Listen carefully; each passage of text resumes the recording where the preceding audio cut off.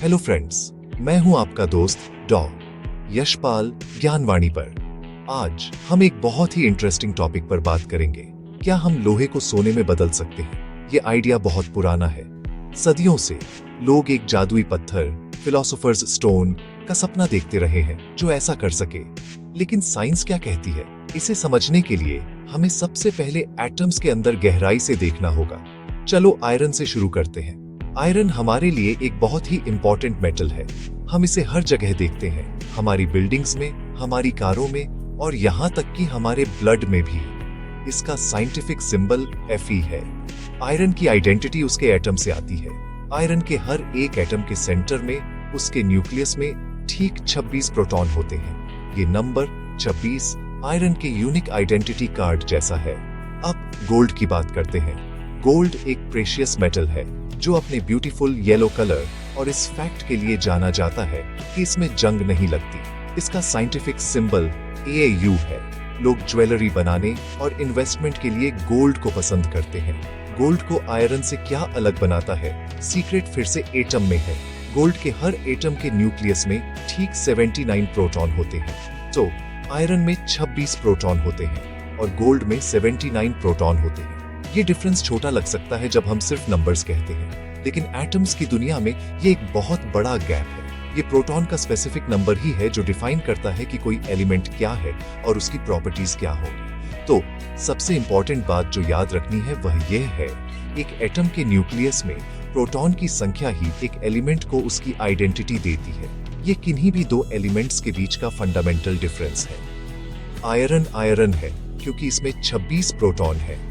Gold gold है क्योंकि इसमें 79 प्रोटॉन है। अगर किसी एलिमेंट में 8 प्रोटॉन है तो वह ऑक्सीजन है। अगर इसमें सिर्फ एक प्रोटॉन है तो वह हाइड्रोजन है। इस नंबर को एटॉमिक नंबर कहते हैं और यह केमिस्ट्री की बुक में सबसे बेसिक रूल है।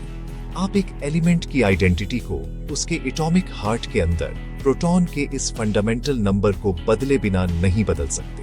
सदियों से अल्केमिस्ट्स केमिकल रिएक्शंस का इस्तेमाल करके सस्ते मेटल्स को गोल्ड में बदलने की कोशिश करते रहे। वे अलग अलग सब्सटेंस को मिलाते, गर्म करते, उबालते और हर तरह के एक्सपेरिमेंट्स करते, लेकिन वे हमेशा फेल होते रहे। क्यों? क्योंकि केमिकल रिएक्शंस सिर्फ एटम के इलेक्ट्रॉन्स पर काम करते हैं जो बाहर होते हैं। केमिकल रिएक्शंस अलग अलग कंपाउंड्स बना सकते हैं, जैसे जब आयरन में जंग लगती है और वह आयरन ऑक्साइड बन जाता है, लेकिन वे न्यूक्लियस के अंदर के प्रोटॉन को छू नहीं सकते। आयरन एटम की कोर आइडेंटिटी उसके 26 प्रोटॉन के साथ अनचेंज्ड रहती है। केमिस्ट्री पार्टनर्स बदल सकती है, लेकिन वह फंडामेंटल सेल्फ को नहीं बदल सकती। जैसा कि हमने अभी डिस्कस किया, केमिस्ट्री वह साइंस है कि एटम्स एक दूसरे से कैसे बॉन्ड बनाते हैं। इसमें इलेक्ट्रॉन्स का शेयरिंग या ट्रांसफर शामिल होता है। वे छोटे पार्टिकल्स जो न्यूक्लियस के चारों ओर घूमते हैं। इसे एक डांस की तरह समझो। एटम्स दूसरे एटम्स के साथ हाथ पकड़कर मॉलिक्यूल्स बना सकते हैं। फॉर एग्जाम्पल, दो हाइड्रोजन एटम्स एक ऑक्सीजन एटम के साथ हाथ पकड़कर एक वाटर मॉलिक्यूल H2O बना सकते हैं। लेकिन इस पूरे डांस में हाइड्रोजन एटम्स हाइड्रोजन ही रहते हैं और ऑक्सीजन एटम ऑक्सीजन ही रहता है। उनकी कोर आइडेंटिटी, उनके प्रोटॉन की संख्या कभी नहीं बदलती। यही कारण है कि केमिकल रिएक्शंस एक एलिमेंट को दूसरे में नहीं बदल सकते। ये एक फंडामेंटल रूल है। केमिस्ट्री एलिमेंट्स को नहीं बदल सकती।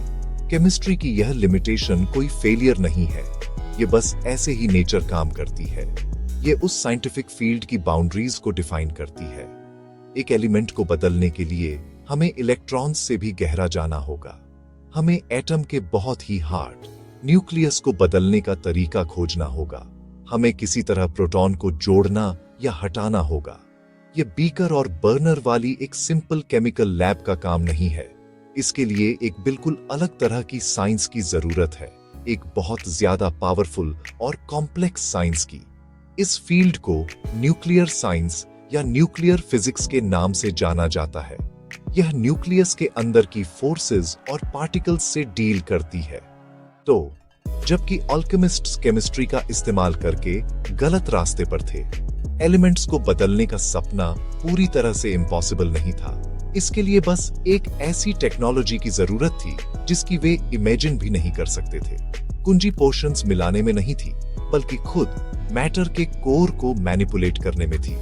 यह हमें दो इनक्रेडिबल मशीनों तक ले जाता है जिन्हें मानवता ने बनाया है, न्यूक्लियर रिएक्टर और पार्टिकल एक्सेलरेटर। ये वे मॉडर्न टूल्स हैं जो वास्तव में वह कर सकते हैं जिसका अल्केमिस्ट्स ने सपना देखा था। वे मैजिक का इस्तेमाल नहीं करते, वे एटॉमिक न्यूक्लियस को बदलने के लिए न्यूक्लियर फिजिक्स के पावरफुल लॉज का इस्तेमाल करते हैं। चलो डिफरेंस को क्लियरली समझते हैं। अगर आप आयरन के एक टुकड़े को जलाते हैं तो ये ऑक्सीजन के साथ कंबाइन होकर अपना अपीयरेंस बदल सकता है, लेकिन ये अभी भी फंडामेंटली आयरन ही है, बस एक कंपाउंड में।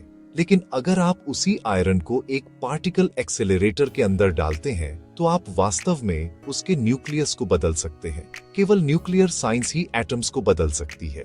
ये एक बहुत ही इंपॉर्टेंट डिस्टिंक्शन है।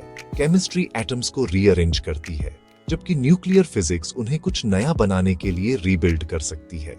ये ईंटों से घर बनाने और वास्तव में मिट्टी को ईंट बनाने से पहले एक अलग मटेरियल में बदलने के बीच का अंतर है। तो न्यूक्लियर साइंस वास्तव में एक एलिमेंट को दूसरे में कैसे बदलती है? चलो पार्टिकल एक्सेलरेटर्स की बात करते हैं। एक पार्टिकल एक्सेलरेटर एक बहुत बड़ी मशीन होती है, कभी-कभी मीलों लंबी, जो एटॉमिक पार्टिकल्स को लगभग लाइट की स्पीड तक तेज करने के लिए पावरफुल मैग्नेट्स का इस्तेमाल करती है। साइंटिस्ट्स एक बेस एलिमेंट ले सकते हैं, जैसे मरकरी या बिस्मथ, जो पीरियोडिक टेबल में गोल्ड के करीब है, और उनके एटम्स पर इनक्रेडिबल फोर्स के साथ दूसरे पार्टिकल्स को शूट कर सकते हैं। जब ये पार्टिकल्स टकराते हैं तो इम्पैक्ट इतना पावरफुल होता है कि यह न्यूक्लियस से प्रोटॉन को बाहर निकाल सकता है या नए प्रोटॉन को अंदर धकेल सकता है, जिससे एलिमेंट की आइडेंटिटी बदल जाती है। फॉर एग्जाम्पल, मरकरी के एक एटम में 80 प्रोटॉन होते हैं। अगर हम मर्क्यूरी एटम्स पर न्यूट्रॉन की बमबारी करने के लिए एक पार्टिकल एक्सेलरेटर का इस्तेमाल करते हैं और एक स्पेसिफिक तरह की न्यूक्लियर रिएक्शन का कारण बनते हैं, तो हम कभी-कभी मरकरी न्यूक्लियस से एक प्रोटॉन को बाहर निकाल सकते हैं। क्या होता है जब 80 प्रोटॉन वाला एटम एक प्रोटॉन खो देता है? यह 79 प्रोटॉन वाला एटम बन जाता है, और जैसा कि हम जानते हैं, 79 प्रोटॉन वाला एटम अब मरकरी नहीं है, यह प्योर गोल्ड का एटम है। यह प्रोसेस, जिसे न्यूक्लियर ट्रांसम्यूटेशन कहा जाता है, एक रियल और प्रूव्ड साइंटिफिक फेनोमेनन है। ऐसे ही लेबोरेटरीज में नए एलिमेंट्स बनाए जाते हैं। न्यूक्लियर रिएक्टर्स का भी इस्तेमाल किया जा सकता है, हालांकि प्रोसेस अलग है। एक रिएक्टर के अंदर न्यूट्रॉन नामक छोटे पार्टिकल्स का तूफान होता है। इस हाई फ्लक्स एनवायरनमेंट के अंदर कुछ एलिमेंट्स को रखने से उनके एटम्स इन न्यूट्रॉन को एब्जॉर्ब कर सकते हैं। इससे एटम का न्यूक्लियस अनस्टेबल हो सकता है। फिर से स्टेबल होने के लिए न्यूक्लियस एक प्रोटॉन को बाहर निकाल सकता है, और ऐसा करने में एक अलग हल्के एलिमेंट में बदल सकता है। जबकि आयरन जैसे बहुत हल्के एलिमेंट से शुरुआत करना थ्योरेटिकली पॉसिबल है, इसके लिए आवश्यक एनर्जी और स्टेप्स एस्ट्रोनॉमिकल होंगे। एक ऐसे एलिमेंट से शुरुआत करना कहीं अधिक प्रैक्टिकल है जो पहले से ही गोल्ड का एक क्लोजी पड़ोसी है। हालांकि एक बहुत बड़ी कैच है, इस तरह से एक लेबोरेटरी में गोल्ड बनाना अविश्वसनीय रूप से मुश्किल और बहुत महंगा है। एक पार्टिकल एक्सेलरेटर को चलाने के लिए आवश्यक एनर्जी बहुत अधिक होती है। यह प्रोसेस भी एक्सट्रीमली इनएफिशिएंट है। दिनों तक मशीन चलाने और बिजली और इक्विपमेंट पर लाखों डॉलर खर्च करने के बाद साइंटिस्ट्स केवल कुछ हजार एटम्स गोल्ड के प्रोड्यूस कर सकते हैं। ये इतनी छोटी मात्रा है कि आप इसे अपनी नंगी आंखों से कभी नहीं देख सकते। गोल्ड की इस माइक्रोस्कोपिक मात्रा को प्रोड्यूस करने की लागत गोल्ड के खुद के मूल्य से कई गुना अधिक होगी। यह हमें फाइनल और सबसे इंपॉर्टेंट पॉइंट पर लाता है। हमें फिलोसोफर्स स्टोन के मिथ और साइंटिफिक डिस्कवरी की रियलिटी के बीच के बड़े अंतर को समझना होगा। फिलोसोफर्स स्टोन एक जादुई आइडिया था। इसने लोहे के एक टुकड़े को छूकर उसे सोने में बदलकर आसान प्रचुर धन का वादा किया था। ये दुनिया कैसे काम करती है, इसकी समझ की कमी से पैदा हुई एक फैंटेसी थी। ये एक शॉर्टकट था जो मौजूद नहीं था। कुछ भी न करके कुछ पाने का सपना। इसने कल्पना को इसलिए पकड़ा क्योंकि इसने एक कॉम्प्लेक्स डिजायर का एक सिंपल सॉल्यूशन पेश किया। साइंस दूसरी ओर मैजिक के बारे में नहीं है। यह यूनिवर्स के गहरे अंडरलाइंग रूल्स को समझने के बारे में है। साइंस हमें दिखाती है कि हाँ, एक एलिमेंट को दूसरे में बदलना टेक्निकली पॉसिबल है, लेकिन यह उस प्रोसेस की असली लागत और कॉम्प्लेक्सिटी को भी रिवील करती है। ये हमें बताती है कि एक एटम के कोर को बदलने के लिए बहुत सारी एनर्जी और प्रेसिजन इंजीनियरिंग की जरूरत होती है। साइंस कोई जादुई शॉर्टकट नहीं देती। इसके बजाय यह एविडेंस, एक्सपेरिमेंटेशन और नेचर के नियमों के लिए गहरे सम्मान के आधार पर एक क्लियर, ट्रुथफुल पाथ प्रोवाइड करती है। ये कड़ी मेहनत और डिस्कवरी का रास्ता है। तो क्या हम लोहे से सोना बना सकते हैं? थ्योरी में पर्याप्त स्टेप्स और एक पार्टिकल एक्सेलरेटर के अंदर अकल्पनीय एनर्जी के साथ, हाँ। लेकिन प्रैक्टिस में ये सोना पाने का सबसे इनएफिशिएंट और महंगा तरीका है जिसकी कल्पना की जा सकती है। इसे जमीन से खोदकर निकालना कहीं ज्यादा सस्ता है। सोना बनाने की साइंटिफिक प्रोसेस ह्यूमन नॉलेज का एक टेस्टामेंट है, लेकिन ये धन का मार्ग नहीं है। ये यूनिवर्स को समझने का एक टूल है, न कि हमारी फिलिंग आवर पॉकेट्स। वैल्यू उस नॉलेज में है जो हम गेन करते हैं, न कि सोने के उन माइक्रोस्कोपिक कणों में जो हम बनाते हैं। कंक्लूजन में, लोहे को सोने में बदलने की कहानी हमें एक वैल्यूएबल लेसन सिखाती है। ये दिखाती है कि फिलोसोफर्स स्टोन है और हमेशा से था एक ब्यूटीफुल मिथ। ये एक ऐसे समय की कहानी है जब हम दुनिया को समझाने के लिए मैजिक की तलाश करते थे। आज हमारे पास साइंस है। साइंस ही असली मैजिक है। यह हमें सच्चे वेरिफिएबल आंसर्स देती है। यह हमें बताती है कि यूनिवर्स कंसिस्टेंट, समझने योग्य नियमों पर काम करता है, जबकि आसान सोने का सपना एक फैंटेसी बना हुआ है। ये समझने की साइंटिफिक जर्नी कि क्यों इसने हमें रियलिटी के बहुत ही फैब्रिक के बारे में अविश्वसनीय नॉलेज दी है। साइंस सच्चाई है, फिलोसोफर्स स्टोन एक अद्भुत फिक्शन का टुकड़ा है।